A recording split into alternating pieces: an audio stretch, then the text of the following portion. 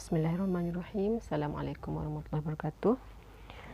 Okey, pada hari ini cikgu akan terangkan tips ataupun teknik-teknik untuk menjawab soalan pemahaman bahagian A yang melibatkan soalan objektif ya. Okey, soalan objektif ini adalah soalan yang mempunyai pilihan jawapan yang mana awak kena bulat yang mana jawapan yang betul lah.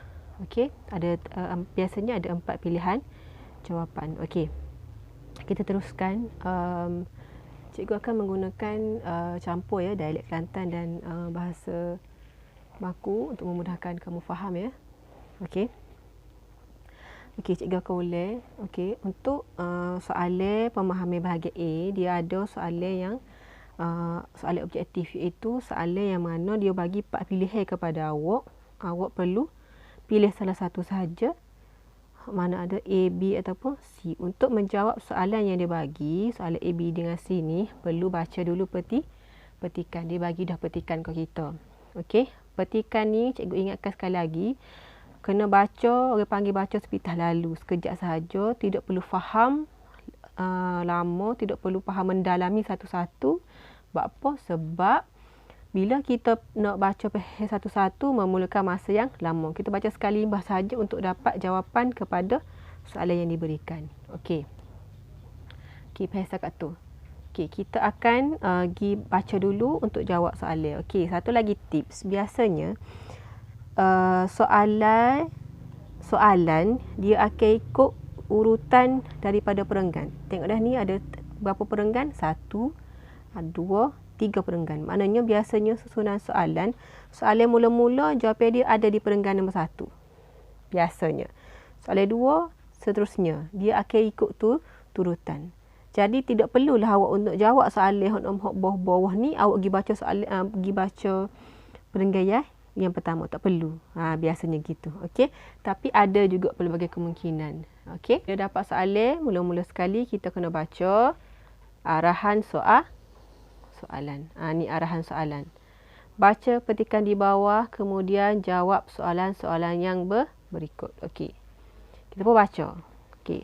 Kuala Lumpur, 15 Januari, sedikit penipuan yang mengugut dan memperdayakan orang ramai haruslah disekat segera sebelum berleluasa. Okey. Ingat sambil kita baca, dalam kepala kita ni ada dah.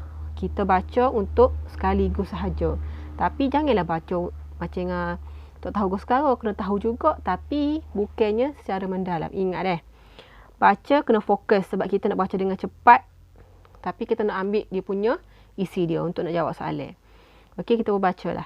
Penipuan yang melibatkan panggilan palsu telah mengugat ketenteraman awam serta kesejahteraan masyarakat di negara ini. Perkara ini haruslah dipandang serius kerana kesan terhadap panggilan palsu amat besar, kata Pengarah Jabatan Siasatan Jenayah Bukit Aman, Datuk Seri Muhammad Bakrin Zinin. Okey. Kita pun bacalah, baca belakang, baca. Okey. Lepas kita baca, kita dapati petikan ini dia ada pasal, dia menceritakan pasal sindiket penipuan. Okey. Okey, baca semua. Okey. Lepas kita baca semua, kita pun jawab soalan satu. Okey, cikgu akan kongsi cara nak menjawab sekali dah. Okey, kita pun baca. Perbuatan membuat panggilan palsu atau penipuan menyebabkan.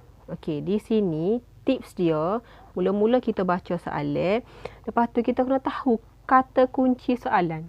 Ataupun apa dia soalan nak baca molek. Perbuatan membuat panggilan palsu atau penipuan menyebabkan, maknanya sini dia punya kata kunci dia perbuatan membuat panggilan palsu. Okey. Okey, bila gini kita boleh menggunakan kata kunci ini untuk cari jawapan dalam petikan. Okey. Kita telah cari perbuatan membuat panggilan palsu. Okey. Naik atas. Sedikit penipuan yang menggugut memperdaya orang haruslah disekat sebelum berleluasa. Penipuan yang melibatkan panggilan palsu. Okey, jumpa dah.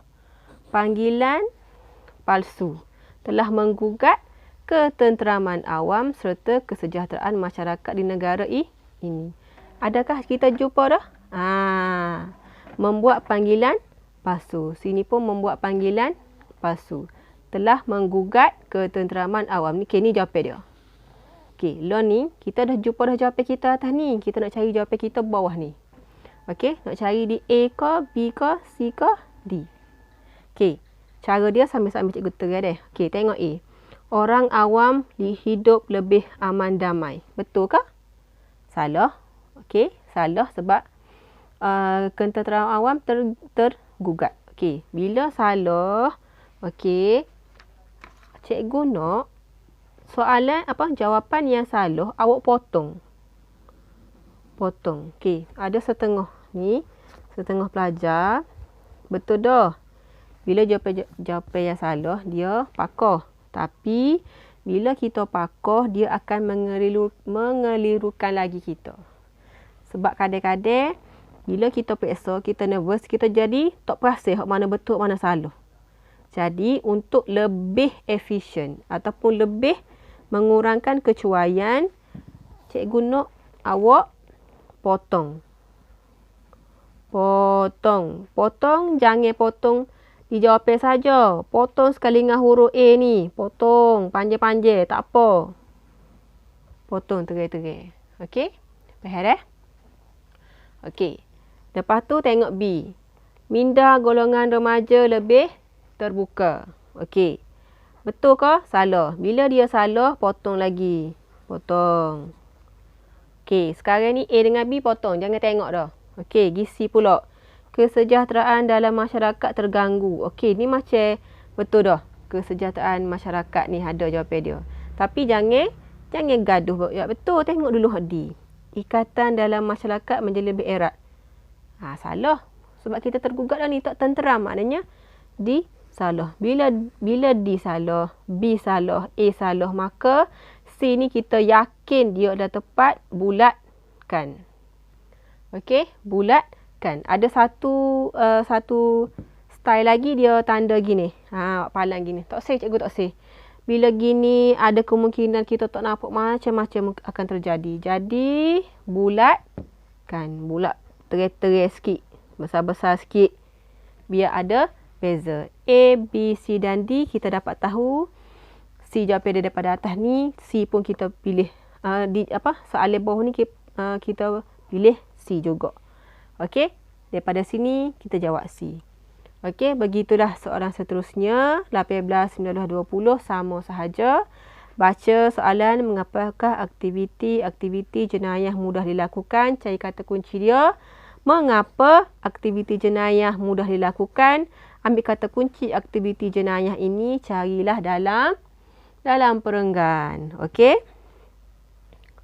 Perenggan di atas ni. Biasanya ingat soalan dia akan tersusun mengikut perenggan. Maknanya perenggan 1, perenggan 2, biasanya soalan dia akan tersusun 17, 18, 19, 20.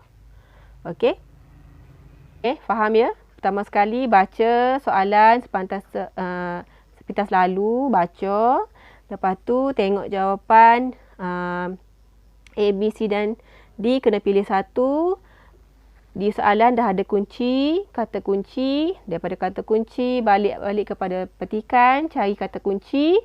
Untuk jawab soalan yang salah, potong. Terus potong daripada awal sampai akhir, A sampailah hujung. Jangan sekerat saja. Nanti keliru. Okey? Potong semua tiga-tiga. Pilihlah jawapan yang paling tepat dan bulatkan. Terang-terang sikit. Okey? Okey. Cikgu harap semua murid boleh faham tentang teknik untuk menjawab soalan pemahaman bahagian A yang melibatkan petikan dan soalan objektif. Semoga bermanfaat. Kita akan jumpa di live video, insya-Allah. Cikgu akan kongsikan apa yang cikgu ada, ilmu yang sedikit ni akan kongsikan kepada awak semua. Untuk anak murid cikgu, jika terdapat segala tak faham ke apakah, boleh hubungi cikgu ya. Cikgu akan bagi soalan kepada kamu nanti. Okey, terima kasih. Selamat belajar, semoga bermanfaat. Assalamualaikum.